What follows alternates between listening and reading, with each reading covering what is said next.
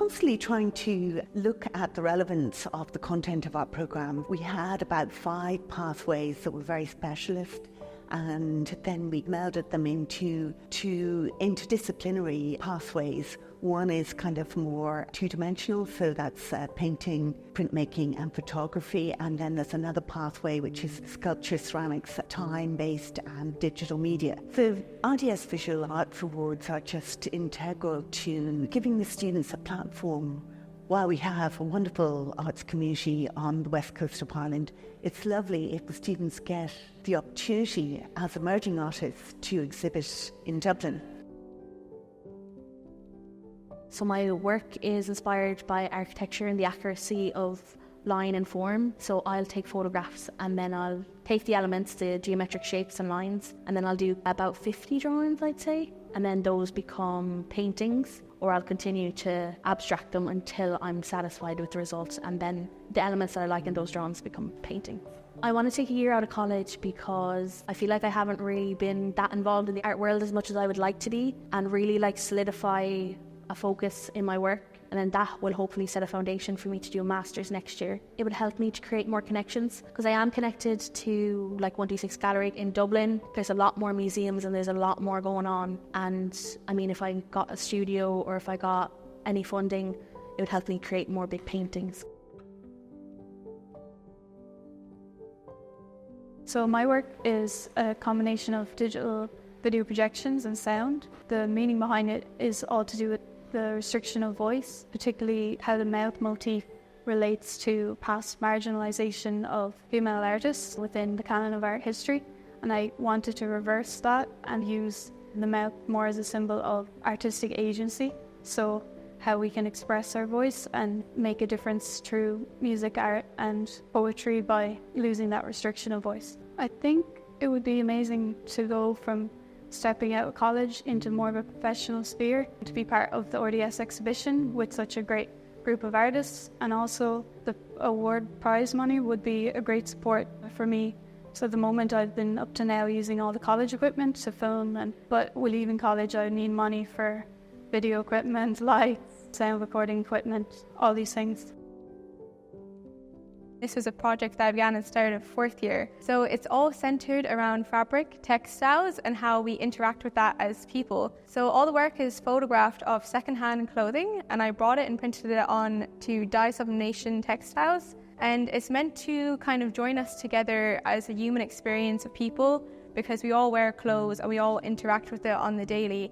And I'm also interested in looking at things that's bypassed as mundane. So that's why I was looking at the second-hand clothes, because I think it's easy to bypass the intricate beauty that can hold. I chose to print it on medium textiles because I wanted to take the photograph off the wall and I wanted to bring it into the 3-dimensional space for people to interact with. My advice for future students is to kind of stay true to your work. It's easy to get caught up in making work that you think other people want to see, but I think it's important to make work that you yourself want to see, because that's when the good ideas start coming and that's when you're able to develop what you're doing. And it's also really important to immerse yourself in the college art experience and to actually take part in workshops, and even just getting advice from your lecturers really helped me through what I was doing here.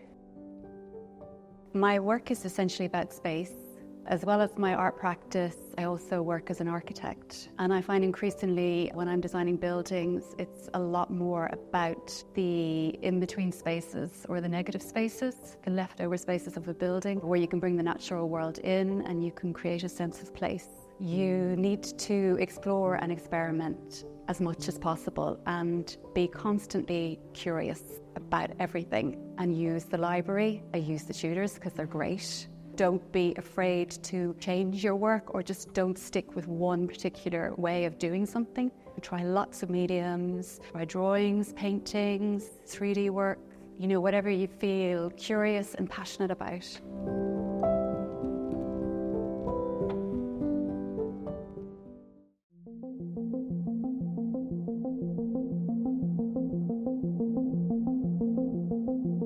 The college was founded in 1994 by our current president, Mary Hawkes Green, and her late husband, Michael. The college is located in the heart of the Burren, and so as an ecosystem it's unique in the context of Ireland. It's a constant draw for not just creative practitioners, for artists, writers, filmmakers, musicians, but also ecologists, scientists, environmentalists. It remains a fantastic place to not just engage with for all of those reasons, but it's also an incredibly reflective place as well, because it's rural, because you can step out of the studio, you can immerse yourself in the karst limestone landscape itself. All of those aspects make it a very unique place to study. I'm inspired a lot by nature and basic kind of elemental forces in nature. I'm trying to think about correspondences in my work. One is between the ancient and the modern. I'm really inspired by cave art and just what were the initial impulses of an artist on a cave wall. And I like a lot of that artwork. And I'm taking a lot of those ideas and coming at it from a more kind of primitive, abstract place, in which there's a lot of movement, there's a lot of references to animation and a kind of graphic quality. It's kind of just a process of excavating ideas and seeing what emerges. You are seeing the MFA final show interlude, and my work is titled Everything Else Can Wait. So the work that you're seeing today is a culmination of 3 years of developing my practice that's very specific to being in the Burren, using the materiality of the place, the food, the people. So the inspiration is based on my everyday encounters, the landscape, and community, and bringing people together. After graduation, I will be going to Brussels to participate in a performance art festival. And then following that, myself and a fellow PhD student at the college, we are curating a show that took place this past June in Cork, but we're part of the Zeitgeist Ireland program, so we'll be taking it to Germany. After that is unknown, hopefully a residency somewhere else in Europe. My work primarily centers around the Irish landscape, with a focus on place as a pivotal concept in anchoring memories and identity. The paintings for me is more of a psychological and emotional reflection of landscapes and not just a physical reflection.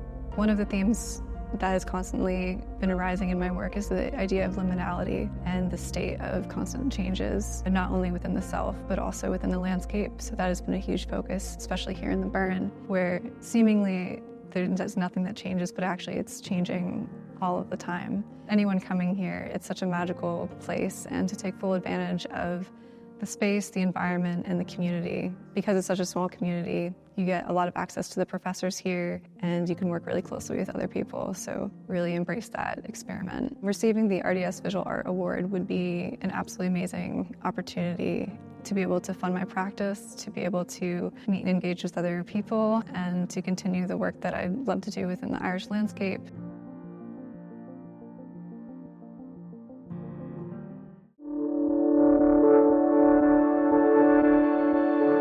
I have been working at IDT for a long time, so I know the college well. Its roots are in a drawing school many decades ago, but it was established as the Institute of Art, Design and Technology in the late 90s.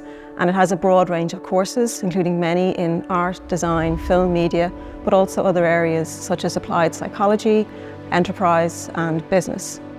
The Visual Art Awards are pretty much the most important platform for graduating students. The opportunity to have their work closely looked at by really engaged curators, that's really valuable. Even to be longlisted is a great opportunity for them. It's something they can put in their CV, it's something that they're proud of. It gives them a chance to see their work in a context along with other artists from all around the country, and also many of the prizes are really quite life-changing for students. This is a cutout embankment from my family's bog. I was reading up in the newspapers a lot about people being quite frustrated about what's been happening in Ireland, and I realised there's a huge gap in information about people up in Dublin and what was happening in the west of Ireland. And people's whole lifestyles were changing because of the new EU regulations coming in about cutting our turf, selling peat for fuel. So I just thought, let's just do a big research project and try and put it on the map somewhere. I began actually making plaster casts of turf and trying to make some sort of high-end art piece from them, but I just realised that's not authentic, and I went back to the drawing board and I realised what I was really trying to discover was that tension between sustainability versus culture. Like, where does this all begin? And it begins when we start interfering with our boglands, and the embankments are the direct visual interaction that us humans have with the environment. So I thought, let's try our best and see. I pitched to my lecturers I was going to cut my family embankment. They thought I was crazy. And yeah, I did it with the help of the local farmer. We were just driving a tractor in and out of the bog, and it was a lot. I've got some back issues from it, but like, that's what my family have done for hundreds of years, so why not do it for my final year project, you know? My project is based off of the idea of the prosthetic imagination, which is using prosthesis as a way to subvert and transform ideas of the body and body image, and using prosthetics as a way to redefine or reimagine our autonomy over anatomy and human architecture. Through my research this year, I also did my thesis on prosthetics within art. Through that research, I've kind of got my practice coinciding with the theoretical research, and have explored the notion of the prosthetic imagination through a kind of an intuitive material process-based experimentation within the realms of prosthesis. I really wanted to create a dwelling, like a place that when you entered it, it held a space and it also had a feeling to it, separate from it just being a standing tower. I wanted it to be enterable and kind of physical and interactive as well, for somebody to feel something, not just like physically interactive, but like emotionally and sensory as well. One of the things that stood out to me while I was doing my research towards this was our past architecture through round towers was actually defensive architecture, and it was built as kind of a safe haven. So I found that interesting in reference to my work, because it's obviously a contemporary take of a round tower, but it has similar themes to, you know, being able to enter something and have that space being held. Being able to engage with people for me personally is one of the biggest things in my work, but also being able to give a voice to issues that I find along the way. So as part of this work, I'd gone to various places in Dublin, dealt with kind of societal unrest in different forms. As part of the main pieces, I actually went to the West Bank, travelled, met with locals, engaged with people on both sides. So I really wanted to get a sense of how these places work, and my thesis was around art as a means of communication in areas of conflict, and how art can be used in a positive sense to broaden people's horizons, basically give them hope and give them a chance. At my own personal work then, I do a lot of mural work. So engaging with local communities in Ireland, with kids and with schools and everything, it's just something that's massively important to me. Not only does it give me the energy engaging with people, and does it give me the confidence to go on, and the knowledge and the perspective, I think, which is one of the main things, it also gives people a voice, and I've seen firsthand the effects that engaging with these people and learning with these people and giving people a chance to say their side of the story, what a difference that can make. My motivation for the piece here, it's to do with displacement and being uprooted. Liminal space is very important in between the actual pieces. The actual piece started when I was making clay forms. I was waiting for the mud to dry out, and I rolled my clay and I broke my clay. And then the pieces, I decided I need to parcel them. So I made little parcels, and then I threaded the little parcels together to give that tension, whether you've been made move on or whether you will move on naturally to travel. Our emotions and our memories and experiences, we're always tied to our land or to family or friends. Or after carving with wood last year, I tend to allow my materials to guide my gestural expression. And I also love bringing like the natural beauty out of something, like my foraged pieces of wood, and then to let it breathe and to see what beauty it can give back, to preserve it, to give it that sense of life again, that it's not discarded just because you're wounded or broken or beaten. Even within ourselves, there is beauty. My work explores human emotion through the means of abstraction and text. I've gotten more into journaling, and I found that incorporating text into my work has been a way that I can express myself whilst also relating to the viewers I use colour as well to represent the emotions. So say I would use red when I'm feeling, say, anger, as well as blue if I'm feeling sad. Artists such as Gerhard Richter and Diana Copperwhite were kind of inspirations for the way that I applied paint on the canvas. My inspiration and motivation came from my kind of fascination with the sea, that it's the primordial soup that we all kind of climbed out of. So it can be calm, it can be uplifting, it can be violent. And just looking at that interconnection then of how do we connect with the sea? What are the anchorings, the buoys that hold us kind of in place, you know? This collection is, I suppose, of that. It's man-made objects that you'll find by the coast. It started off, believe it or not, with the buoys that were kind of abandoned in Arklow. I went, oh, they're very, very interesting in what they signify and kind of playing around with that. So I kind of want to capture them, but not to have them completely outside of their original function, to kind of have something reminiscent of the sea behind it. So even abstractly, how do you get that notion of water falling or trickling or still moving? With that and looking at that notion of anchoring that roots us to a place. My work is about magical realism, combining natural elements like birds and flowers, portraits and real settings. And my inspiration is long walks in the country with my dog, and I find that very inspiring. I usually work from imagination, and I have an idea in my head and I develop like preliminary sketches, and I'll move on to the canvas and work with oils. I started with watercolors. 10 years ago, I moved to painting in oils. I never looked back since. If I could dedicate myself to being a full-time artist and paint for a living, that would be a dream come true. I'm really interested in colour theory and colour psychology.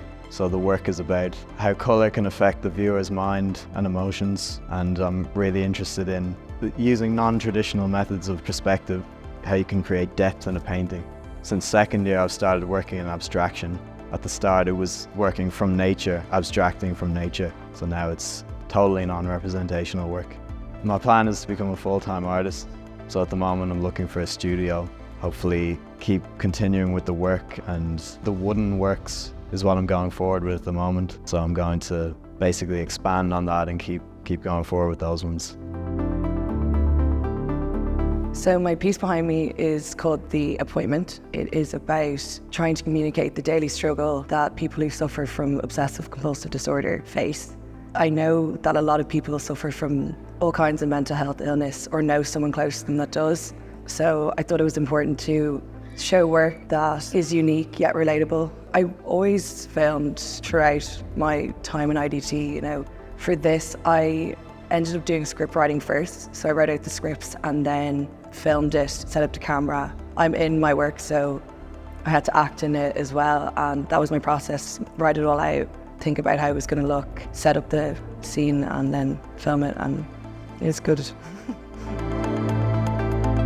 I've made a film. It's about traditional music in Ireland, specifically Arklow, where I'm from.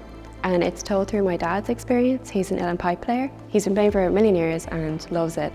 I think I'm motivated by my own passion for filmmaking and being able to capture other people's passions through it. I'd love to make more videos like this, not specifically music, but just like special interests that people have. Like I'm talking to a man who had actually come to see my video about not making. So I'd love to do something like that, like about other little niches and cultures in Ireland and kind of give them a little place to shine for a while. I've been looking at other artists, of course, that work with similar themes and methods that I do, like Pat Collins or William Doherty. But I think the people I'm working with are what inspires me the most, because they're so interesting and so like ready and willing to talk to you about what they're interested in and what they love about what they do, and it just makes it really special. I've always been inspired by my culture, which is Romanian culture. While I've always liked it in Ireland, I've always kind of still felt very tied to my Romanian roots. I had a lot of family there. So that's really what my piece is inspired about, struggling with a kind of cultural dislocation. This piece was also very much inspired by Romanian fairy tales as well. The text was definitely built off use of that aging life without death by a very well-known Romanian author. My work looks mainly at the kind of entanglements of the self with digital technologies, kind of like how their involvement brings about a new sensual image of the world. So in my most recent work, I was looking into areas of transience and things that kind of show up everywhere, and taking these like subjective depictions and shifting them in between states of like hyperfocus and distraction. So I'm motivated by kind of new ideologies that I read. Community is really important for me. So like going to openings, going to shows, just seeing what else is out there. And big thing is feelings for me, like how I feel and how I respond. I try to look at how I kind of respond to things that I see around me and stuff. Like recently I've been reading post-cinema and post-lens theories, and I take a lot of inspiration from like movies and what I read and how reality can be depicted, the mediation of screens and digital technologies into our lives, how this can kind of change what we take to be reality. So the piece behind me it's a short film documentary on Irish bodybuilding. The process, it was a challenging one. I've never really done video or video editing before, so this was definitely a challenge, but it was a really, really nice challenge.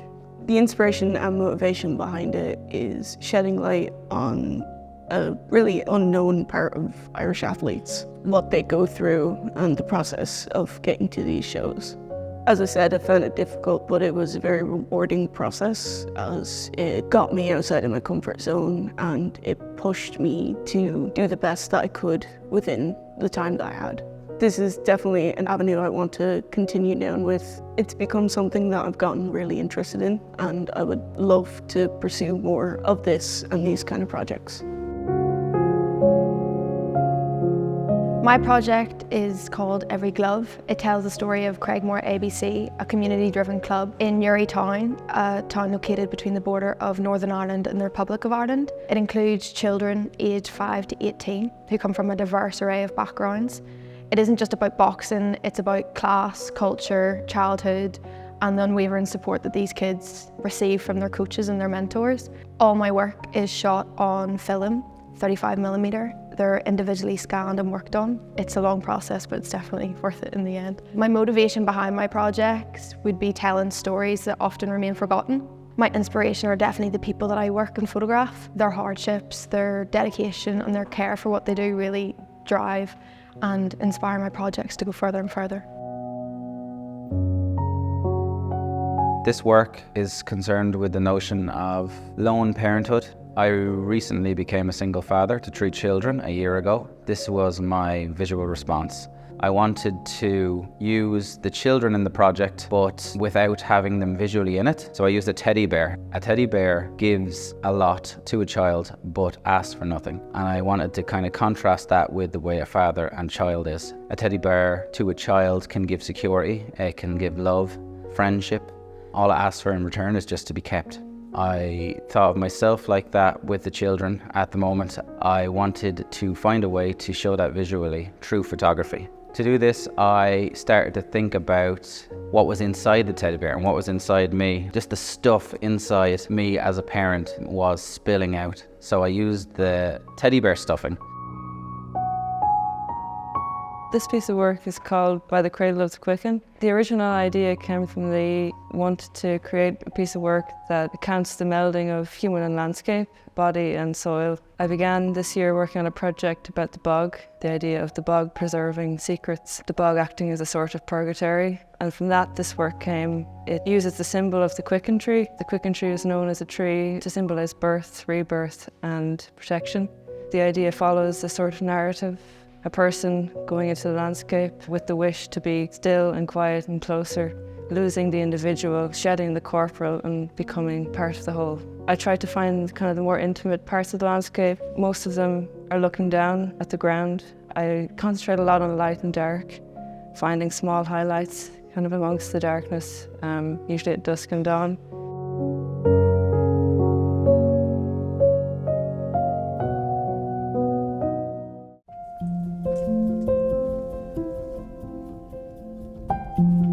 MTU Crawford College of Art and Design, I suppose, has its foundations from the early 1800s, particularly and specifically in relation to the RDS Visual Arts Awards. It's the 2 undergraduate programmes in the Department of Fine Art and Applied Art. The BA Honours in Fine Art is non-discipline specific, so we don't separate students into print, sculpture, painting. Students remain together as a cohort. They would then specialise into their medium processes through workshops. The RDS Visual Arts Awards are regarded as the most important awards to the students. It feels for them that they will be put onto a national platform. They'll feel that every curator in Ireland who's worth their salt will get to the RDS Visual Arts Award to see what's emerging. This year for students to be represented at the Irish Museum of Modern Art, next year at the RHA. It's a really important opportunity for them, and long may it continue. The piece that I'm exhibiting is titled Acquiesce. The idea of it is based around mental fragility and using themes of the incomprehensible and psychological thrillers to portray how one can spiral out of control when put into a situation of isolation and dissociation. I would say my work is primarily about the imagery and the narrative nature of film. Sound is a really important thing to me too. I like to create a bit of an atmosphere to engage the viewer in the work. My practice is about memory and how it over time can fade and become distorted, and the piece that I've been working on is three-dimensional structures with textile. They allude to this idea of a hive mind, brain-like body that is communicating with one another. So I have 3 larger ones that I'm referring to as shelters, and they are containing different kinds of imagery. So 2 of them have video and 1 contains sublimation prints, and they're really there to represent this idea of how memory becomes faded. By moving here, I just realised what my theme had to be, which is multiculturalism in border territories. I'm Italian and I've been living in Ireland for the past 5 years. I started diving into the idea of home through textiles that are inherently domestic and very performative. By putting them in front of each other, I was trying to showcase that they're made of the same material. They have different shapes, but at the end of the day, they're the same. They're just facing each other. They're just forced to co-live in the same situation, but they kind of complete each other. In that way, I'm trying to showcase the line between the personal and the public sphere, because we never really think of the political being homely and personal. But when you live in a situation in which everything you do has to showcase your ethnicity, everything becomes political. I work with themes of ancestral trauma, so intergenerational trauma. The idea is that we accumulate layers of trauma from our ancestors. I'm focusing on the idea of colonialism and institutional religion and how it affects us from the past to the present. The films themselves are of my performance art, which is on site. They work with the idea from Alejandro Jodorowsky, a Chilean filmmaker, who developed an idea of psychomagic, which is working through your trauma by action rather than talking. And both performances are repeated over and over again, so that creates the ritualistic element in my work. This exhibit mainly focuses on experienced pain and how people deal with pain, whether it be physical or emotional, and how we interact with pain. As a child, you're brought into the world and you're swaddled in a blanket. When you cut yourself, you're covered with material. We protect ourselves with material all the time without realising it. So in some pictures around, I've basically double exposed the material factor into wounds, things like that, to show that material is always with us. I decided to do a 6-month project of just crocheting. And every day, without fail, I would crochet something. It was always like a journal of how I was feeling that day, and as a result of that we have overwhelm, which is a big crochet structure. I focus mainly on the materiality of my piece, so I reference ancient megaliths in our landscape. The bog oak I use is significant in the sense that the trees were alive in the landscape around the time of the construction of the stone circles. I've been fond of the material for a long time. I've been using it as far back as I can remember. I remember gathering it with my father. I'm looking back to a time where I feel people had a better understanding of nature and what was going on around them. I feel the need to look back and reconnect with their pagan roots. I'm trying to express this through what I'm creating. So the theme of my work is extinction and human impact on the environment. All the animals behind me are animals became extinct because of human activities. We have the tycaline, the Steller sea cow and the dodo bird. I chose these animals because I want them all to be different. We have a marsupial, a sea mammal and a bird. Filming their habitats were quite unique as well, like no two were exactly the same. And in my work I want to bring these animals back to life in performance and video, and by wearing these costumes and kind of taking on that animal character. This is obviously not an extinct animal, but I feel like we are all sheep in a way. We all are a sheep part of a herd which contributes to climate change and habitat destruction, whether it's directly or indirectly. I've essentially made a series of sculptural acoustic devices which act as a conduit for experiencing somatic sound. So the work motivates the viewer to immerse themselves in a certain experiential soundscape. The viewer stands between the two metal discs. You feel the echo of your voice being shot back at you by the reflection of the convex shape. The idea came about mostly due to an interest in live music and the way that the body experiences sound. So in my work I explore childhood memory and household objects, and I use animals within my work to replace a human presence. With the use of animals and the domestic, I can tell my own personal stories. Everything in this show is cyanotype, and I used one big bath to tone all my prints with an Argentinian tea. So all prints go into the bath for 5+ hours, and then they go from that deep blue to this brown and black kind of tones. This installation is entitled Dwelling Place, and at its core it's a search for a maternal depiction of home and this maternal essence of home, which I look at through the lens of diaspora. And I really enjoy getting my materials to speak with the theme and give them a voice of their own, to give this kind of a multilingual approach to my theme. So the Hessian on which I paint has a really rich history with transporting goods, but also within construction of the home. So I can approach my theme from this kind of dual avenue of almost juxtaposing but parallel concerns, whereby I can highlight both the domestic, which is place, but also the displacement and diaspora.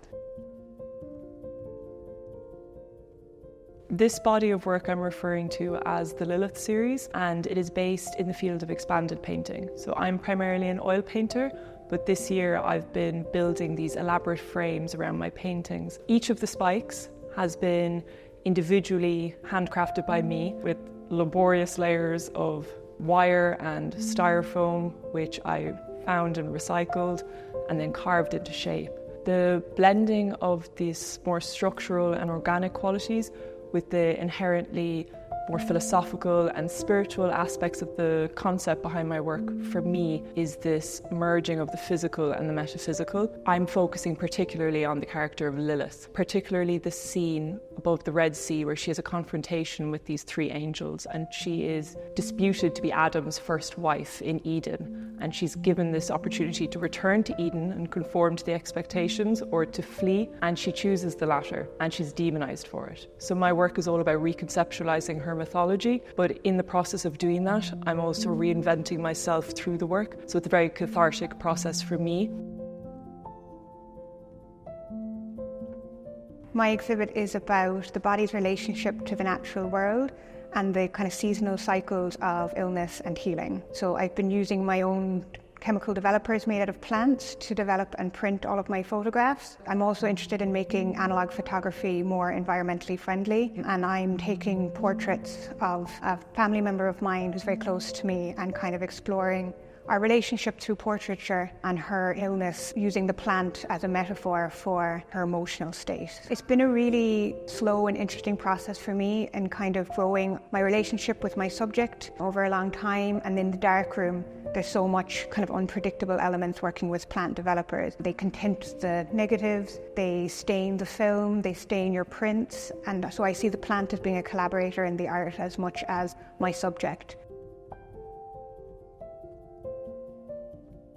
So my work focuses on ritual and folklore. I'm interested in looking back at old forms of wisdom and knowledge as a means of navigating through the current climate and ecological and biodiversity crisis that we're in. I'm looking at the folklore of plants, things like the straw boy tradition, of which I have a heritage of myself, and I utilised the idea of a Sitka spruce forest to build this installation. So Sitka spruce forests make up 90% of our forests in Ireland, and they're essentially environmentally dead. So I decided to create the world as the metaphor for this ecological collapse. So it's a sculptural installation focusing mostly wood carving, but with concrete cast elements and metalwork. The idea behind it is it's looking at sort of expressing the violence of deforestation. All the wood is taken from a beech tree that fell in a storm in the woods around my home, and these woods are all threatened by the expansion of the town near where I live. I've displayed the trees in the installation taking inspiration from the world tree archetype, so the branches in heaven, then the standing pieces as the earth, and then the metal stands as the roots in the underworld sitting in the water, taking the idea of the river Styx, sort of resembling the way we take resources from the earth and then use them to build our own societies and infrastructure.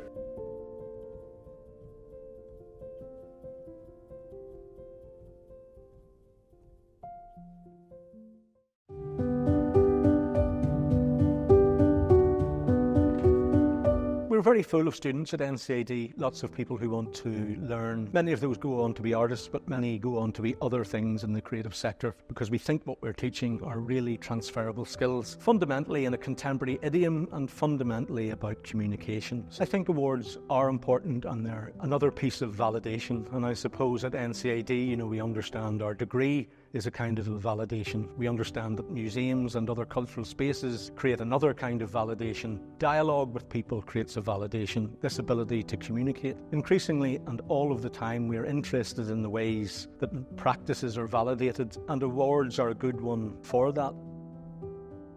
The work that I've been doing at the moment is a collection called Digital Tragedies, where I basically explore elements of the digital world alongside my motif, which is zebras. So the way that I communicate ideas is, rather than using people or objects, I communicate them using a zebra. So it all fits into the same catalogue and acts as my visual signature. I focused around telling a story of death and tragedy, where they've tried to avoid their problems using these VR headsets. And in these scenes, they have to realise that their fate still comes even if they try to avoid it. My inspiration behind the zebras is that I really wanted to build this whole idea of a visual signature, so I wanted to have work that I know people could categorise as mine. So when they see the zebras, they could see that it's my work. But I use the zebras almost as if a way to say you can put anything in place of them.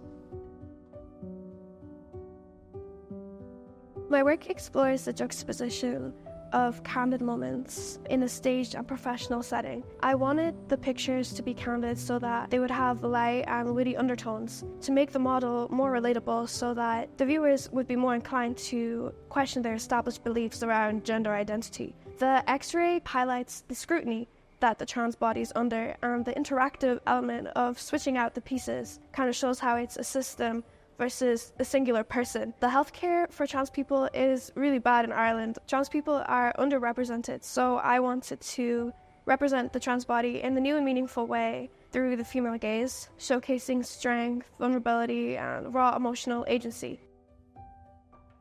My practice explores socially engaged art in community-based settings with a focus on the experiences and narratives of those in rural Ireland. This project in particular focuses on the place of the LGFA and the GAA in my home village in Streamstown in County Westmeath. I was really inspired by the rituals and routines that build in a community and that become part of an identity of a club. The GAA and the LGFA are such integral parts of rural Ireland. That's how this project came about. I was really inspired as a player and as an artist and an art teacher to include this narrative and this story in this project.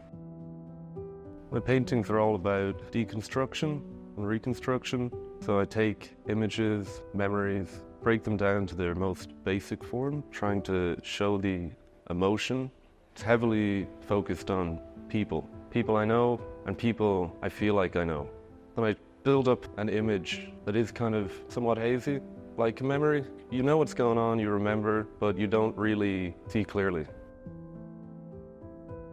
My practice is based around looking at digital mediums as a communication method and how it has an effect on interpersonal relationships. So how social media and texting as a medium has kind of created a disembodiment in terms of we're using an immaterial medium of communication for something that is usually very material and embodied. So there's a kind of distancing that happens. I'm taking that experience into an embodied space through interactive installation.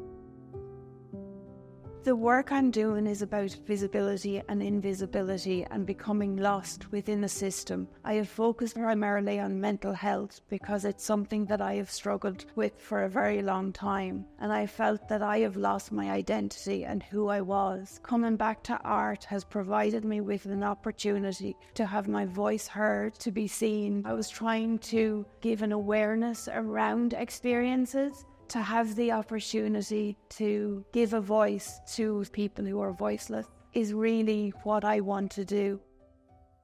I have an interdisciplinary practice. I work across animation, painting, drawing, and fluidity and movement is very important to me as an artist. For this reason, I'm drawn to inks, watercolours, gouache. I like the spontaneity of these mediums. Sometimes it feels like a collaboration between me and the medium. This animation, for instance, is 350 paintings. I'm inspired by light my work brings from my own personal life, sometimes traumatic, but more often mundane. So I've created a sculptural installation that's accompanied by two-dimensional works. I think my motivation behind my practice was to look at the challenges that our landscapes are facing due to climate change. I suppose my main component within my works is a shot blast material, so I think it's quite an unusual material to use. It's used in the process of renewing steel, so it removes the rust off of the surface of the metal in a very abrasive way. I suppose that my interest came from that because of my family business that's in steel stockholding. So growing up, I always had first-hand experience of these materials, and I think they've always interested me. I've used it throughout my years here in NCAD, and it wasn't until I got into final year that I realised that it had such a potential to bring forward, and especially looking towards climate change as my inspiration. The project started as an exploration of Celtic paganism and folklore. I was really interested in sort of finding out the cultural background to the place that I was living in, and I was really fascinated by this belief system because it had sort of grown out of the landscape. It was very much a belief system that had been created over years and years of living in a landscape and learning how to treat nature, essentially, and how to live with nature. I was then looking at the Christianization of Ireland and how that would have ultimately affected that relationship that people had to nature, because Christianity is an imported religion. It doesn't really have anything to do with Ireland or Ireland's landscape. I was sort of thinking about, what would have happened if Ireland hadn't been Christianized? Would we be living in a very different landscape? Would things be very different now? My work is a performance-based multimedia installation. The work evolves dynamically throughout the show, with me returning as the artist to change and transform the drawings. The installation features 3 symbolic elements, the first of these being the blackboards, which serve as pedagogical instruments. It subverts the traditional use of blackboards by depicting and embracing Indigenous, African and Caribbean spiritual and philosophical knowledge. The second symbol used is an aesthetic reference to African fetish sculptures. I have created them out of clay, photographed them suspended in dark space and fragmented them. The final symbol I have used are Uillins, and Uillins are drawn from Caribbean culture. They're creatures that are believed to be children who died before baptism. They have backwards feet and wear straw hats. This part of the work is rooted in Carl Jung's psychoanalytic theory of the inner child lost within the mind. I use this universal subject in my work, but deepen my exploration in relation to post-colonial thought and study. The work is a temporary installation that consists of a billboard with a portable bench and a newspaper print. I kind of wanted to make a work that maybe highlighted my experience and the experience of other working class students in a fine art institution that don't necessarily get their needs met sometimes and aren't often highlighted or valued. So I wanted to kind of work in a socially engaged way with collaborative work, which involved a series of interviews on the bench. I think a big part of my practice as a socially engaged artist is coming into it in hopes of kind of friendship forming and collectivity and gathering. During my teaching and practice, I became very interested in the old primary schools located around my area in County Cavan. The old schools are derelict buildings that have been left there for years. The old schools left a trace of memory and nostalgia within my community. My installation focuses on archival fragments of these old school buildings. The skills I have used throughout my exhibition have been various. I didn't just stick to print. I used photography, plaster casts, along with blind embossings, and I also tried to recreate the old style classroom.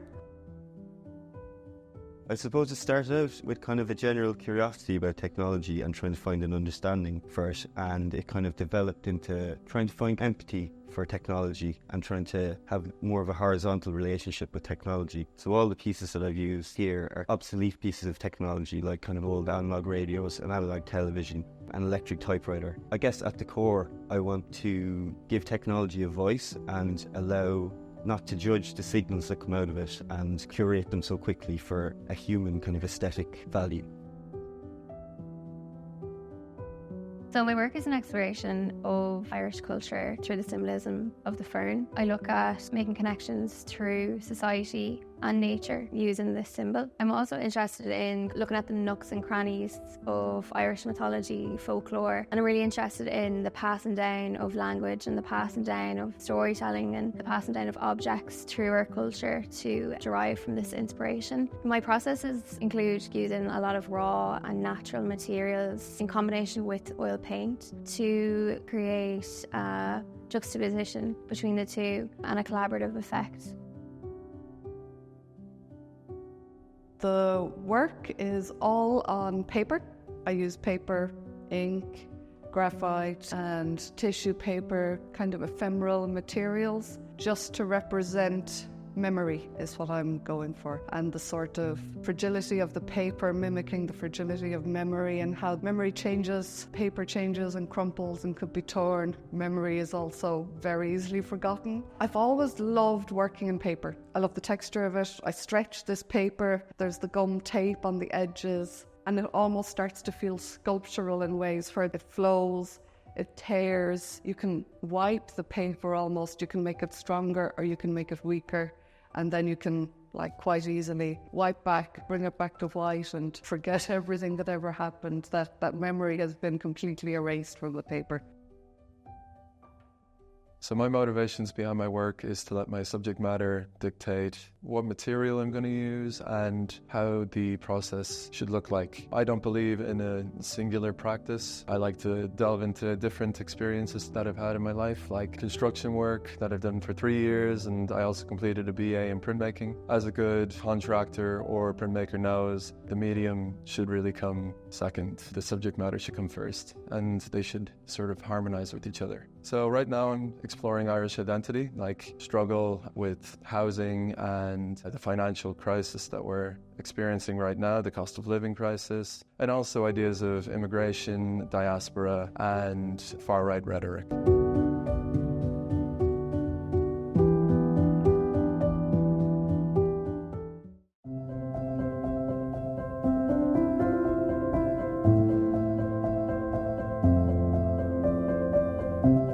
SETU is the Southeastern Regional Area University, and this is our 2024 degree show. The art course has always been part of the city of Waterford. There was an art school here at the early 20th century, and then it kind of grew into being part of the regional technical colleges, into the IT sector, and now into the TU sector. We have our visual arts course and our visual communications course here in the Waterford campus. We also have courses on our Wexford campus. And the visual arts course is very much a course that is embracing, I suppose, all elements of fine art and visual culture. I was, when I was a student, a recipient of one of the awards, and I know firsthand how important that was in relation to that idea of confidence within what it could be to be an artist outside of college. So what my work is, an installation with video, and there are three main pieces. The space itself is called Granny's Living Room, and then there are two video pieces. One of them is played on a television. There is a performance to go with it that is projected on the wall beside it. So the video on the television, it's called Is There Anything on the Telly? That piece kind of reflects the whole aim of the project, which is to show how the media and the news are kind of bombarding us with like really serious and depressing, really important topics. The nature of how they expose the information to us can be very overwhelming, and the performance beside it is called Distracted. It's me in the space here reacting to the telly.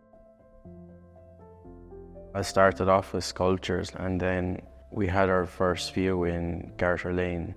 Then I decided to try some drawing, and it kind of like it came into this then, because I created these 4 pieces here just after that view, and it kind of sparked new life into it. I wanted to try and make a sculpture on the page. I was always fascinated by putting things that shouldn't be together, and then using stuff that you could pass by every day, or like you'd see it as like discarded junk. I've actually said this to a few visiting students before. My biggest advice is, if you're really interested in this line of like going to college, or even this as a career path, is try a PLC course in art. And if you like the way that is, it's great practice for this. It is a hard field to be in, unfortunately, being an artist, but it's fun at the same time. Why not just embrace that?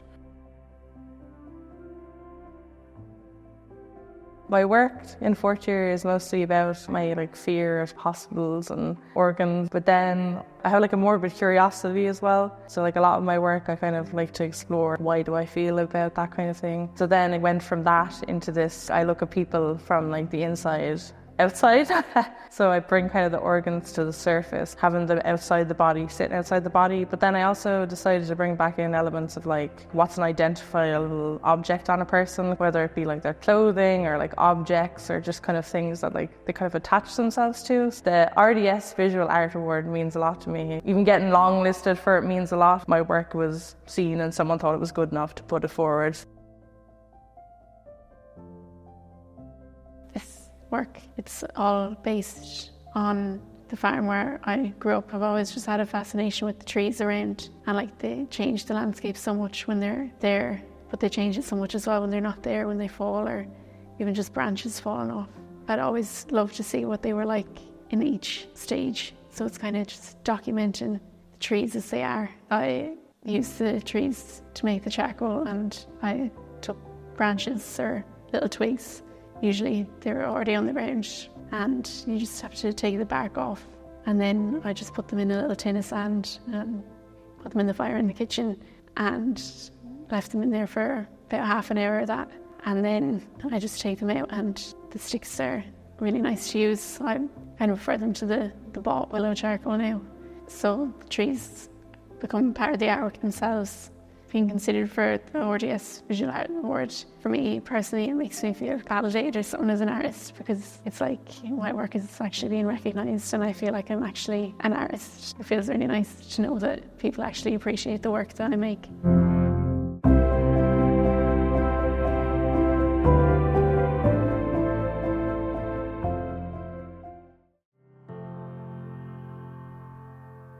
Engaging with the public and local community is an integral part of our course. It offers a significant professional opportunity for students to make their work visible to a wider audience and to consider the role art can play in enhancing and enriching people's lives by using creativity.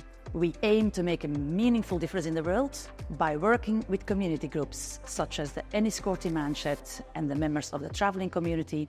Students actively engage with the community, creatively bringing their knowledge, experience and technical skills. The RDS Visual Art Award is a very visible first step towards a professional career.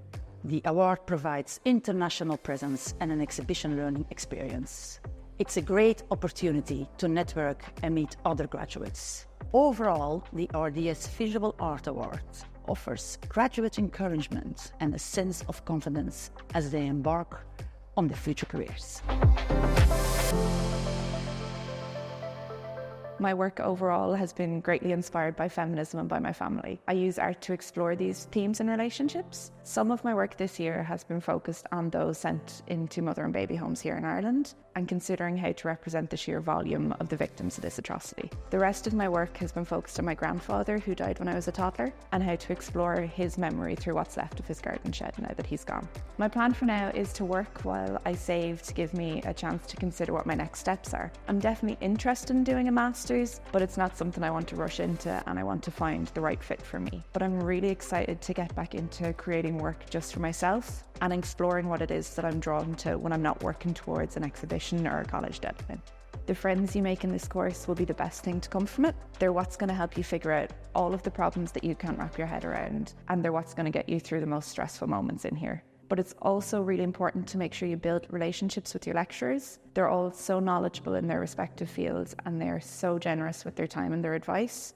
We'd all be lost in here without them. I think that getting longlisted for this award is a goal for any art student. It's definitely something that's been on my mind since the first time we visited the exhibition with the college. It's a really good motivation to push yourself out of your comfort zone and to create something that previously might felt out of reach. Getting longlisted for this award definitely feels like validation that your work is good enough to make that transition from art student into artist.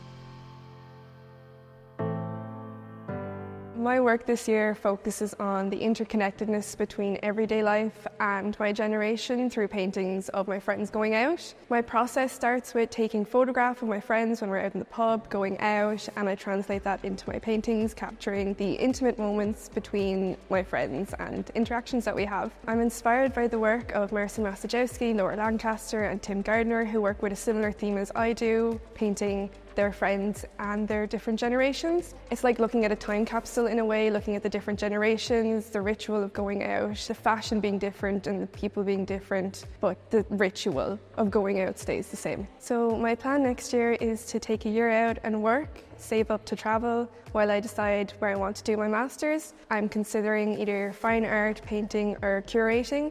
I'd like to do a residency either here or abroad and expand my portfolio as an artist and make more connections outside of Wexford. I would say to any student starting out in this course not to be afraid to ask questions and to get as much information you need out of this experience. Have fun experimenting and figuring out your style and really take advantage of the great studio spaces and the facilities that the college provide. Being longlisted for the RDS Awards has really given me a lot of confidence in my work and in myself as an artist. It really is an amazing opportunity for any young artist, and I'm really grateful to have been nominated.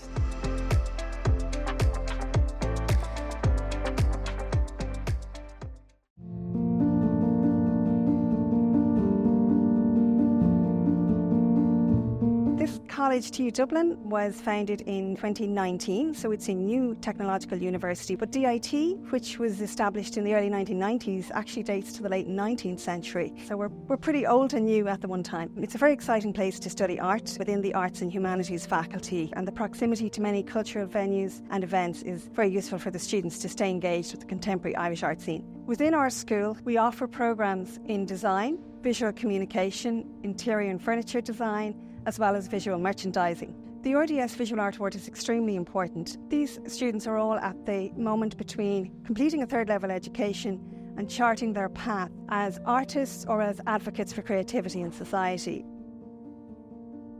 My work is rooted in traditional Irish craft practices, specifically willow weaving for like baskets and kirks and woodworking. I wanted to look at the physical engagement with those materials and those craft practices. So I'd take a willow, see how far it bends, how much it responds to me, where it snaps, or I'd plane a piece of wood down with a draw knife, looking for a kind of point of collaboration with the material for that kind of like sculptural form. I was particularly interested in Irish woodlands and our history. As I was researching into it, they're very ordered, organised places or spaces. They really are touched by human hands and like ordered by human hands, and I found that contradiction quite interesting to me. The work that I produced this year is a work about queer survivors of abuse, and it's about the aftermath of that. Basically, my inspiration came from the stories I was learning and the lack of representation within media of queer people in general, specifically when talking about such a sensitive topic as abuse. When I grew up, I didn't have much representation of queer bodies within media, and then not within art history either. So I decided to make the work around it. My plan is to continue to work in media and work in publication making. I made a publication for the show and continue within the art field and continue my practice as an artist that's socially engaged. So my work is on women's health, particularly the Mesh Survivors Ireland, which is polypropylene mesh. It's a surgical procedure that women have gotten for prolapse and stress incontinence, and it has life-changing complications. My art practice is a multimedia incorporation of sculpture, text, textiles and film work. It is focusing on women's health, particularly the Mesh Survivors Ireland, which is from a group of women that have had surgical mesh, and they've had really bad complications from these procedures. My motivation for doing it is because it's a campaign piece. I want to raise as much awareness as I can raise for it, the social aspect of it and the personal as a form of protest. So my work is titled Toil and Moil, and it explores the significance of labour in both individual human contexts and industrial contexts. So I'm using both painting, sculpture and sound to illustrate this theme. It kind of all developed from the sound piece, and I'm looking at historical examples like the Henry Ford production line and the first monotonisation of labour in the form of the assembly line. So the work is process driven and it's quite performative. I think the RDS Awards is a great aid for graduating artists. It kind of situates you among motivated peers as well. It's also a wonderful opportunity to potentially have a new space or financial aid to progress my fine art practice. My work is a photographic exploration of 3 spaces: my bedroom, my garden and the Botanic Gardens. I chose those spaces because I started taking photographs and trying to enlarge them, and then when I was placing photocopies all together, I realised they were like starting to become the size of my bed and the size of my wardrobe. And then those 2 very personal spaces were kind of being represented through very cheap photographic prints, photocopies, digital prints from my iPhone. And then the Botanic Gardens was more of a curational, educational space. I was treating it with more of a higher quality photographic print, so 35mm prints on fine art pearl paper, the more expensive stuff. And then there was a relationship between the personal space and the more curated space being treated with different types of expenses and values. My work's about the Anthropocene, where we find ourselves in geological time where we have made, as humans, more of an impact on the earth. And I'm looking at the type of objects that we make and mass produce and what relationships, once we're gone, they will form with the ecology surrounding them. Hopefully I'll continue my practice, and I'm hoping to apply for some master's programs, especially in art and ecology. The financial benefits of winning an award would be great to continue my practice, but also getting to know people and peers from around the country, discussing with emerging artists, your practice and their practice would be really great and exciting. Also, the opportunity to show your work in a place like the RHA or IMA would be amazing.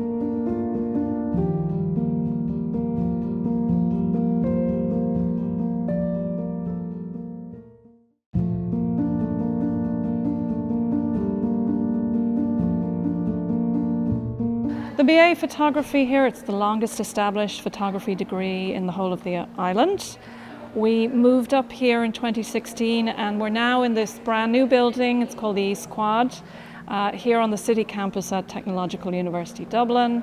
I think I would just say that our program is particular in how it situates creative practice for photographers in the context of critical thinking.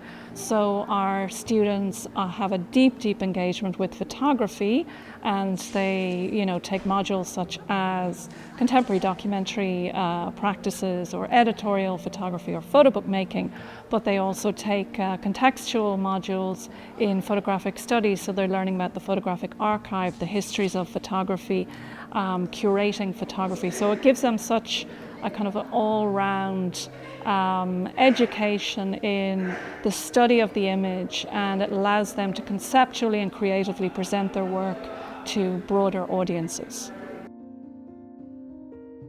I'm a visual artist, and in my practice I like to document queer youth growing up in Ireland and also young people affected by the housing crisis. So in my photographic practice, I believe it is important to represent what life is like for queer youth growing up in Dublin and also people in Ireland who are affected by the housing crisis. I also like to use my photography as a voice for the younger generation of Ireland to express their opinions and any struggles they may be dealing with. The inspiration for my art is Irish contemporary photographers, visiting galleries and exhibitions, Irish literature and poetry. I'm going to move back to my family home, so I'm going to continue to shoot this project and then also use my photography as a way to get involved more with the local community. The work is entitled Decongregation, so it basically kind of deals with a now defunct and decommissioned institution for intellectually disabled people. So I spent a lot of my childhood in this area actually because my mum's a nurse there, and seeing the work that Shane Lynham has done and Kieran Oak Arnold, as well as Suella Holland's work, working with kind of childhood spaces, I really like. These profoundly liminal spaces that I used to spend a lot of my childhood in during the weekends, they've actually kind of had a really profound effect on me as well as my photographic work, because I tend to work a lot with memory and kind of not nostalgia, but kind of a twisted version of it, especially to do with kind of dreams, nightmares. It's a way for me to work through what I can't really speak about, so I can kind of exhibit it in kind of a visual art form. So the title of my project is What Happened to the Canary in the Quarry. It comes from the expression which warns, early warn before the danger. So I've noticed all the changes and all the disappearing landscape. There is like this interesting tension we all know that that's for something that's for human development, which is exciting and it moves us further.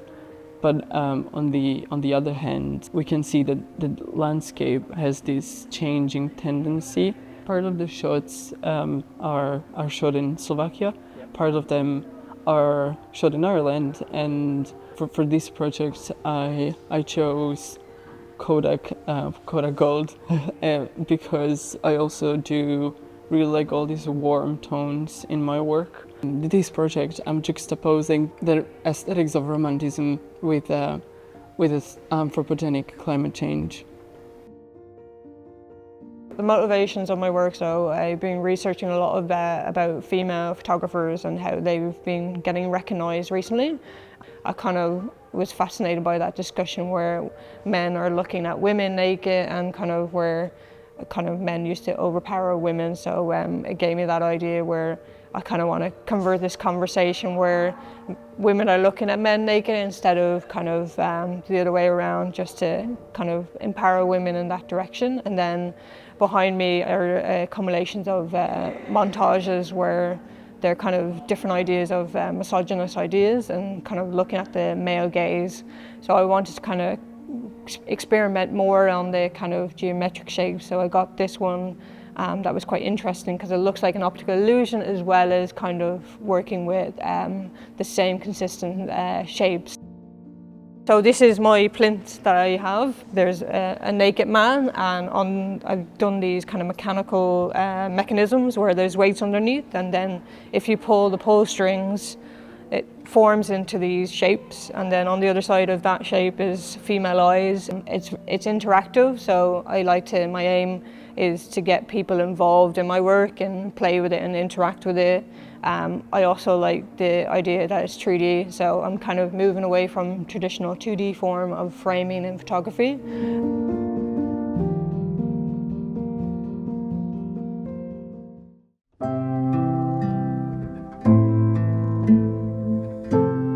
Limerick School of Art and Design is central to the city. We've been around since 1852. But I suppose what's the real DNA is actually people finding one another, being able to become the person they want to be and find their own tribe. That sense of connectedness of the RDS bringing the art school community together. If you honour the students' work at that point, you give them a platform, it builds their confidence, you begin to realise here are the possibilities. That's where the RDS can really hang on that and really kind of build on that legacy. In my practice, I work a lot with oil and watercolour, that and drawing and taking reference pictures of me and my partner. And I like to use like tin washes over canvas and have it as like a type of skin, like human skin, where it's like absorbs what's happening to it. A lot of my stuff is to do with the human body. A lot of my ideas are to do with intimacy and vulnerability and physicality. These paintings are looking at the farm that I grew up on. A lot of the work I would explore revolves around like the sense of place. I find particular spaces that I'm interested in. I will typically take a walk on them, like just as anyone else would. And I like it basically making an analysis of the space. So as I'm going along, I will record things, document things, photograph, collect things as well, and then bring them back to the studio and then just see, okay, is there something interesting, a connection I can make between the work? So colors, patterns, shapes, anything like that. My work is basically about my trans experience. I put it in a storyboard format so people can like follow it and connect with a character. I started my transition through college. My art has sort of been a documentation of that. These paintings feel like a bit more like a blueprint because there's so much more to talk about and show people about the trans experience. It's like its own little form of activism, bringing a voice to people who don't usually have a voice. Traces Left Behind is the title of my work, and it captures the landscape of my grandparents' home in the Midlands of Ireland and how the past still remains in our modern day world and how the past is still present with the lives, still with us. The college has great opportunities that are presented to us, like this one. Even the opportunity to be longlisted is amazing to further my career, even if given the opportunity to exhibit as part of the professional fine art world, it would be an amazing opportunity. So my work is an exploration of the relationship between memory, place and grief. It is myself attempting to connect to my late father, who I never met, through the objects and places that he once knew. My project began after the discovery of photographic slides that my granddad took of the family, and they showed to me the family life that my father knew growing up. And then my work developed even further after another discovery of photographic slides that my father took, and then these showed even further to me an imagined past that I've constructed. I returned to these places and played in an act of remembering and kind of playing in the idea of imagined memories. My degree show work is titled Skin Without a Body. On one hand, it's an act that embodies a sense of reclaiming autonomy over the images that represent oneself and reclaiming kind of the control over that, especially from conditions that are often quite unpredictable and difficult to control. Simultaneously, it's also actually conforming to the conditioning surrounding beauty standards and presentations of the self in relation to such conditions. So my work is based on emotion and past experiences. A lot of the work revolves around me dealing with feelings or experiences that I've had in the past with myself or with other people. I usually use art as a way of saying things that words can't and really trying to convey something that I can't describe. Especially with this project, a lot of it is about body image. For me, it was a way of healing, of getting things out in the open and banishing that bad emotion and those bad feelings and the embarrassment and shame that we usually hide. My work is a video-based and photographic work, and it's based on a story that I wrote that goes from 1988 to 2000 onwards, and it explores the story of two main characters and what they've been through. These two people going through their own different feelings, emotions, and state of minds, like a sort of a struggle in the search of approval. The whole story is narrated from the female's perspective, with a sparkle of male's perspective as well. My work focuses on the emotional and symbolic meaning that objects carry, specifically to those who've been affected by sexual assault. I was inspired by Julia Kristeva's concept of abjection. That's why my work offers a deeply personal perspective. My work stems from a place of silence and shame, which often leads to feelings of self-guilt. The motivation behind my work comes from the fact that it's personal to me. I think it's really important as well when I'm creating work to do it for myself and not to impress anybody else, just to enhance my own relationship between myself and my work.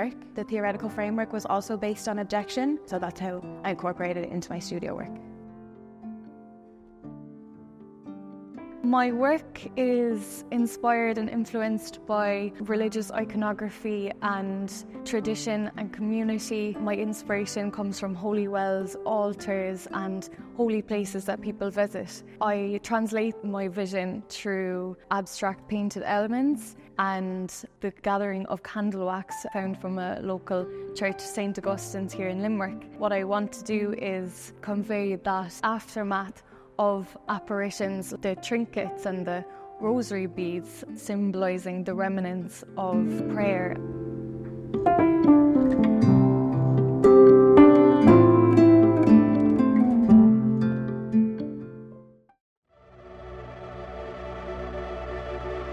West Cork Arts Centre is going to celebrate 40 years next year and also 10 years in this new building. It's based on the site of the old Wolf Bakery building, which was demolished except for one of its walls, which is now encapsulated in this new purpose-built building. We, along with Sherkin Island Development Society, are partners in the BA Visual Art degree programme. Every second year there is a graduate exhibition from the programme. This is the 9th exhibition that we have hosted here. We have a range of temporary exhibitions every year, but the highlight for us is the graduate show because it includes students from the locality or from other coastal or island communities around Ireland. The RDS Visual Arts Awards is a fantastic platform. It's so prestigious and it gives recognition of the work of students as they emerge from their courses and programmes and starting work as visual artists in their field. So this is my final project. It's called Uillinn. It's a 2-channel film installation with these kind of sculptural elements. I was looking at technology and our different entanglements with technology. I became obsessed with this idea of cookie collection, the ambiguity around it, and I suppose my own confusion about what it meant and what I kept accepting. And I began to kind of think of it as these kind of performative traces that we leave throughout online spaces. So you know, on websites, social media, all these kind of parts or fragments. I think there's always something kind of insidious about that for me. You know, you hear a lot about it's for personalization and it makes our experience better. And now there's like the contribution towards like AI. It feels like we're kind of being taken from under the table while being presented with this happy image of the cookie and the, you know, cutesiness. Like I learned so much from displaying this and then kind of dialoguing with people and talking about other people's experience with this digital world that we're in. And well, I've always loved water and I've always loved swimming, and I dived in Borneo about 30 years ago. I spent a month diving, and I always wanted to pay back the ocean and represent the ocean for its splendour. And because of all the pollution and the Anthropocene and everything that's happening, I wanted to give this voice to the ocean as a plea for help, to help preserve the water that we have, because there isn't any more. So this has been mulling around my head for a long time.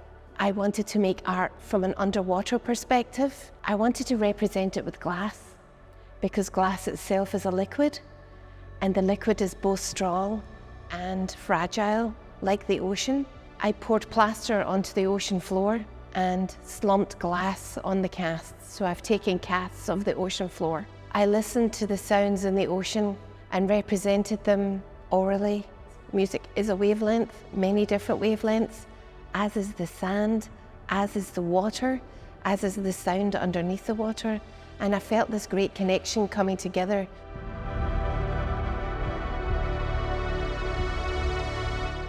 Síle Me is a concept that rose out of the portrayal of female genitalia in art, which initially began with my exploration of being a member of the 22+1 with Vicky Phelan to do with cervical cancer. What happened was I actually opened up onto the internet and I found the Síle gig. I, from there, developed ideas and concepts around how the myths of female genitalia and the portrayal of the feminine form, the mixed messages about the woman's body. So I have in my work surgical tights, because part of the treatment plan was that I had internal radium and external radium. So I have actually my own surgical tights, which are stuffed with John Innes soil and then birdseed. And they've sprouted life and they're in the shape of a vulva. So that is one of the pieces. When I was informed that I had cervical cancer by the state, I said I will not be taking a case in law, but I will create art out of it. Each and every woman that went through what we went through knows where we've been, and my way of honouring it is to create something out of it that's lasting.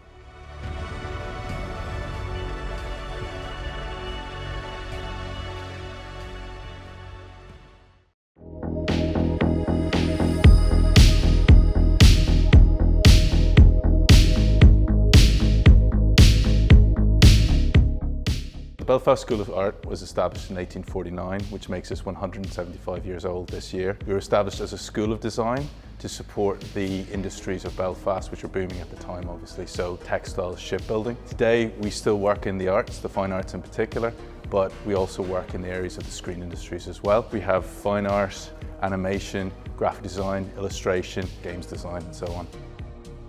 My work, I suppose, looks at the interrogation of creating space, or the illusion of a space. The artist I would look at would be the likes of David Hockney, mainly Gillette, Joseph Albers as well. Most of my pieces just start from walking around, looking up at buildings, golden hour. In the long run, I really want to do a master's, but I think I do want to take a break from education. The best thing I did was work the least amount I could in my part-time job. It all adds up. The boards would really help. I need my own setup to make my stretchers, make my canvases. So investing that money would be what would I do with it.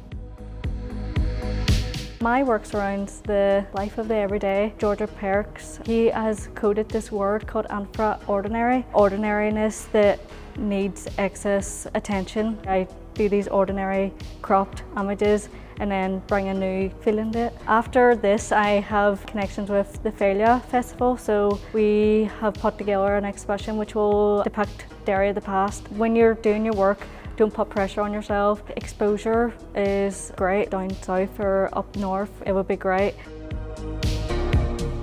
This year I've been working in the expanded field of painting and merging reclaimed wood and combining it with conditions commonly used in paintings, pigment, canvas and colour. So I've got a graduate in residence programme in Seacourt in Bangor. It's a year long and a solo exhibition at the end, which I'm really excited about. As long as you work as hard as you can, you'll not regret it. It'll be validation that I'm at least on the right path, and it'll give me courage to keep working.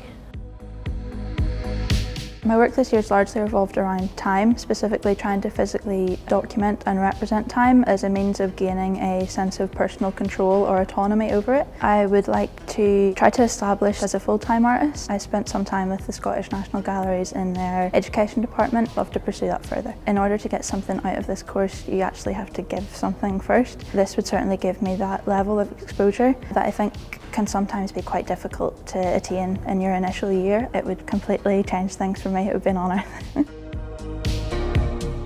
My piece is titled Safe Place to Rest Your Head. The project explores the relationship of light within the home in a domestic setting. The project's very personal for me. I at one point did not have a safe space to call home. This project's very much about me reclaiming that space. I'm applying for a number of opportunities outside of Belfast Flax's residency in France. Don't think maybe I'm not good enough for this. You have as much chance as everyone else. The financial benefits would allow me to expand my pieces into a larger scale. My work is really a reflection healing from complex post-traumatic stress disorder and disassociation. There's film, there's photography, both film, which are sites of trauma. So I went back to those sites. I used those reactions to capture moments. I'm going to be going to Queen's University to study psychology, so I could put this into my art practice. I just recommend going to the artist talks, something that they say can influence in your artwork in a way that you probably don't expect. My goal as an artist is to really inspire and encourage change and new thought. This will give me the opportunity to do that. I was really inspired by the visual iconography of Playboy and the Bunny Guards. Grew into multiple different outcomes and film pieces. I'm looking to shift the focus into music performance as a singer-songwriter. Having the dedicated time with your specific tutor, I would recommend everybody to take avail of that if they can. Being a queer artist, it's been a real challenge to be taken seriously. Getting an award like this would go leaps and bounds to be sort of appreciated for my own artistic ability. My work is based on weekend walks that I do with my dad. I have used principles of autoethnography to document these walks. I would use the urban landscape, snippets of our conversations, his memories. After I graduate, I would be honoured to come back to the university as the artist in residence. That's my goal. I would say make the most of the technicians. The prestige of winning an RDS prize, it would open doors for me.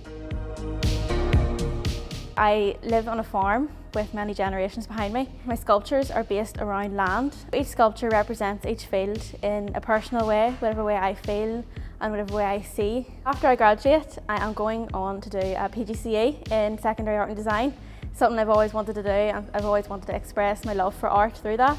Be you and just do whatever you want to do. It's your time to shine. I just think it's a great experience for anybody to have. To know that I am worth it and that I can do what I want to do, and I'm so grateful to have the opportunity.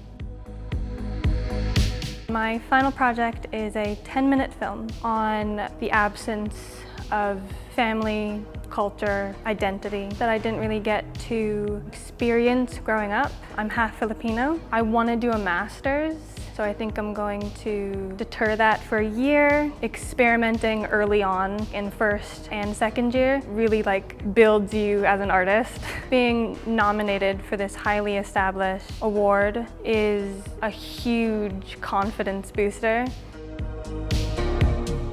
My work is called Talking to Rocks. I've documented the last sort of year of doctor's appointments about health anxiety. I've also drawn ideas from Irish folklore. There's an idea of telling rocks your secrets to relieve stress. That's the aim, is to keep doing what I'm doing. Don't dismiss small tasks that you're given. They actually end up contributing to the bigger picture at the end. To have people in the industry say your work's worth the attention of our audience is the most important thing.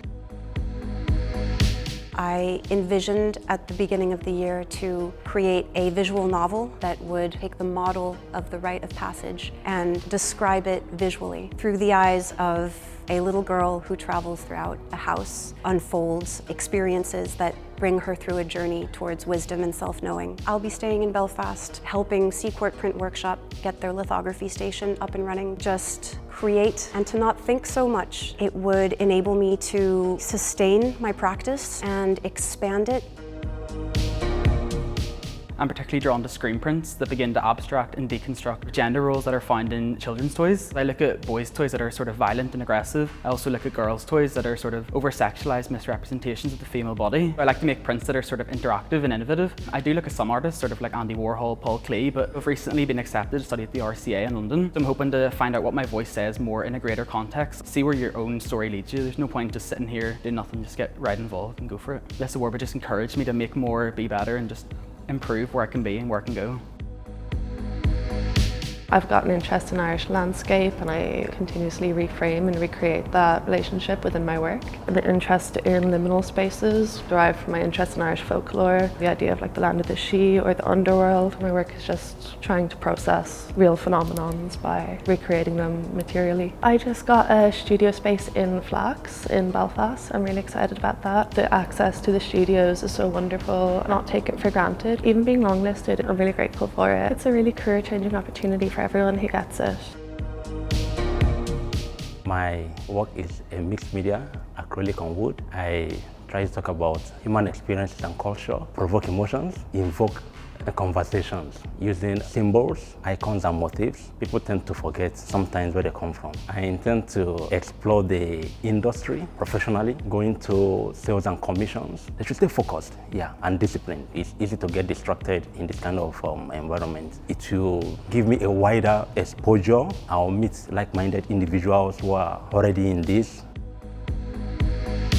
My work is a two-channel video installation. Involves these rituals by strange characters who are in some ways spirits of neoliberal Ireland. They're inspired by my own lived experiences struggling with the housing crisis, with the cost of living crisis. I want to keep creating work that challenges me and challenges other people as well. I think in any art college there's always more resources than you think. I want to keep growing. This will give me the visibility, space and time to do so. My MFA project is called The World in a Glitch, using the medium I like to call analog generative photography. By melding the old traditional technique of large format photography, blended and augmented with the use of AI, consequently exploring the question of what is the influence of technology on our consciousness. To be ambitious and not be discouraged if something goes wrong along the process. It would be a great opportunity to work with some of the amazing artists that are curating the shows throughout the years, and I think that could change the course of the career.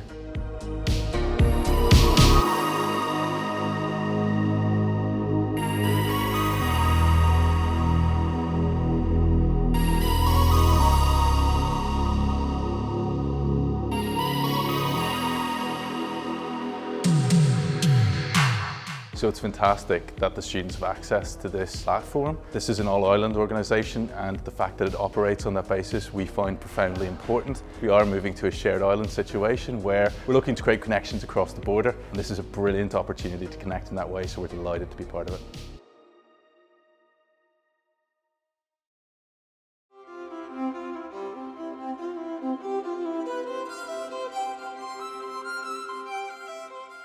Griffith College is celebrating 50 years this year. We're one of the oldest private institutions in Ireland. We were established in 1974 and we're now one of the largest private institutions offering a huge range of courses. The college started out with law and business and accounting, but now we've got a huge range of creative courses as well. We've got photography, we've got a range of film courses, cinematography, fashion design, interior design, music and drama, multimedia, computing and animation, and we've also got journalism. So there's lots of creative courses on offer in the college. So it's fantastic that people can come here and exercise their creative minds and become critical thinkers and actually do very skills-based courses here in Griffith, and we're very proud of how long we've been in operation, a year-long celebrations.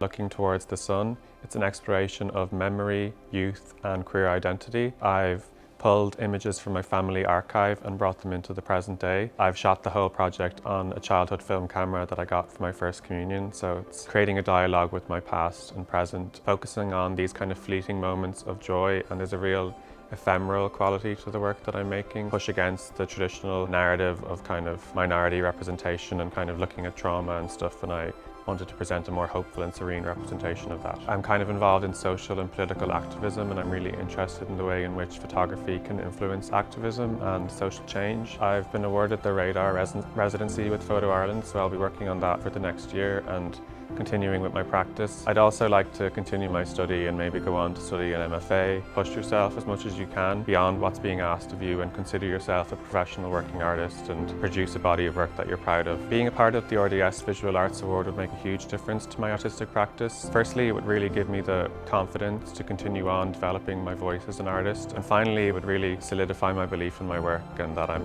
doing things right, and it would really be an honour to be part of this programme.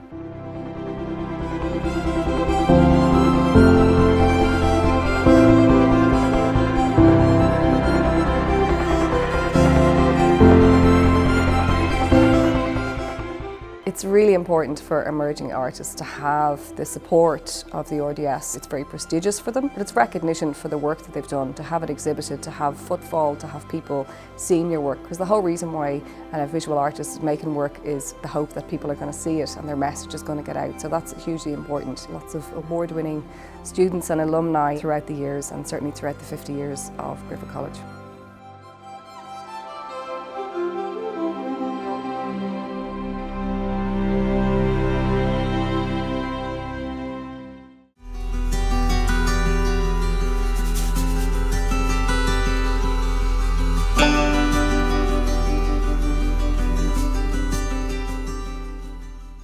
The college is over 50 years old. It started out as an RTC college, and fine art was one of the first courses that we ever had here, so it's a very long-standing course here in the college. We moved on to being an IT, and then in the last year or so we've been incorporated into ATU, so part with Letterkenny and part with Galway and Sligo ourselves. This course is part of a creative department that's called YADA, which is Yates Academy of Creative Arts, Architecture, Design, a couple of other things as well. We have a lot of design courses, so ranging from interior architecture, creative design, stage set design, costume design.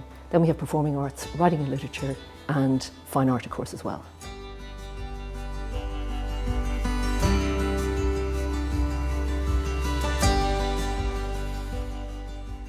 My work is a self-portrait of myself. My piece here on the floor is made of casted out of my own body and stuff, and I have these hand-knitted yarn as like the connection of how we see ourselves and how I see myself. This cocoon in the background, I see it as how we change as humans. We're always becoming different versions of ourselves. I'm renovating a studio space, so I'll be able to work and evolve my practice more. I'd like to be able to head to do my master's in Sweden. The relationships you make with your lecturers and your fellow students are some of the most amazing, incredible relationships you're gonna have. It would be an incredible experience getting to see how a large-scale show would be able to set up. That's just some experience you don't get to have until you are in it.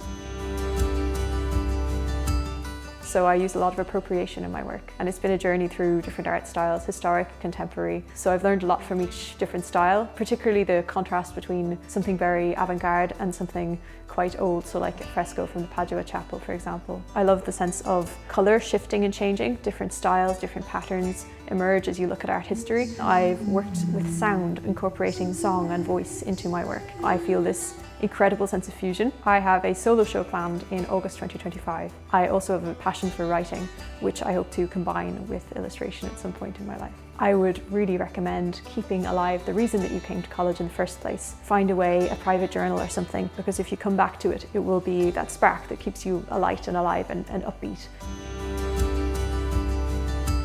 My work is like a futuristic solar punk sci-fi world. I try to make a story, a bit like a comic book. I created my own little language. If you like look it up on the little alphabet like on the side, you will understand what everything else says. I use recycled materials, cardboard and styrofoam, bottle caps. My inspiration is animated movies like Ghibli, old-time Disney. My career plans are I could do more commissions as well as more art like this. Be passionate, be active, and let your creativity flow. It would mean a lot to me. Get my world out there and get it known.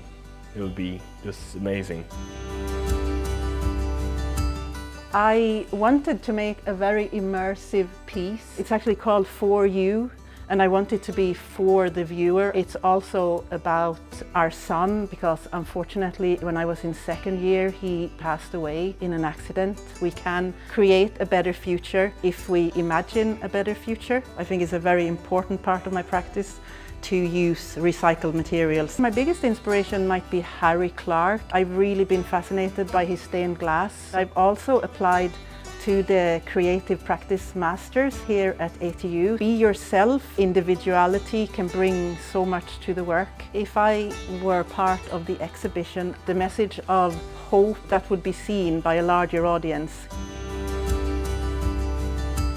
My work explores the deep time history of the plant through the materials I use and find in the landscape. Things like river algae, stone and soil. And I've always been fascinated by the landscape and what I found within it. Siobhan McDonagh, our very own, explores that concept of deep time. I've found great inspiration from her work. I think I would like to maybe join an artist group and collaborate with other artists. If you feel that you have a creative voice within you, explore it. Even getting on the long list was a fantastic boost. It would be great for networking, but I think it's just nice that the hard work is recognised. There's something really interesting about the RDS Awards because it's this national platform. There's nothing quite like it anywhere else. And in this national platform, these adjudicators are always different. So these students, they get this chance to be sort of viewed by a variety of different people. That kind of exposure is kind of immeasurable. It's huge moment of kind of national recognition. It's a really special and significant award, the RDS.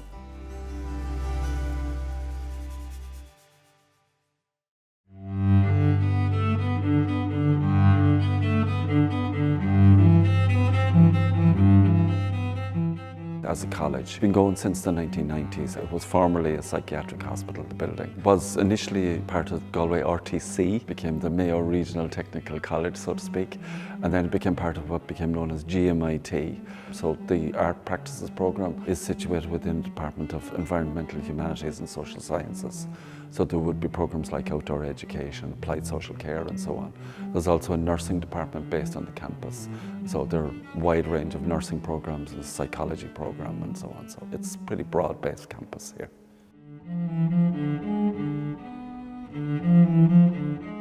Primarily work with the figurative forms and the female figure. I like to experiment with colours. I primarily work in canvas with acrylic paints. I try to create maybe a tension in my work through creating depth or space, but to have like a moment of reflection or understand that it's not as pretty as it seems. It might be underpinned by consumer culture, the environment, and feminism and kind of empowerment and identity. So I would like to continue my studies in art and do a level 9, but it won't be this year. I think this year I just want to paint and keep building on it. Just do it, just find a course. Don't wait to make it to the show and gain exposure to the art world. A network of artists, a network of people would be fantastic. It would be huge support.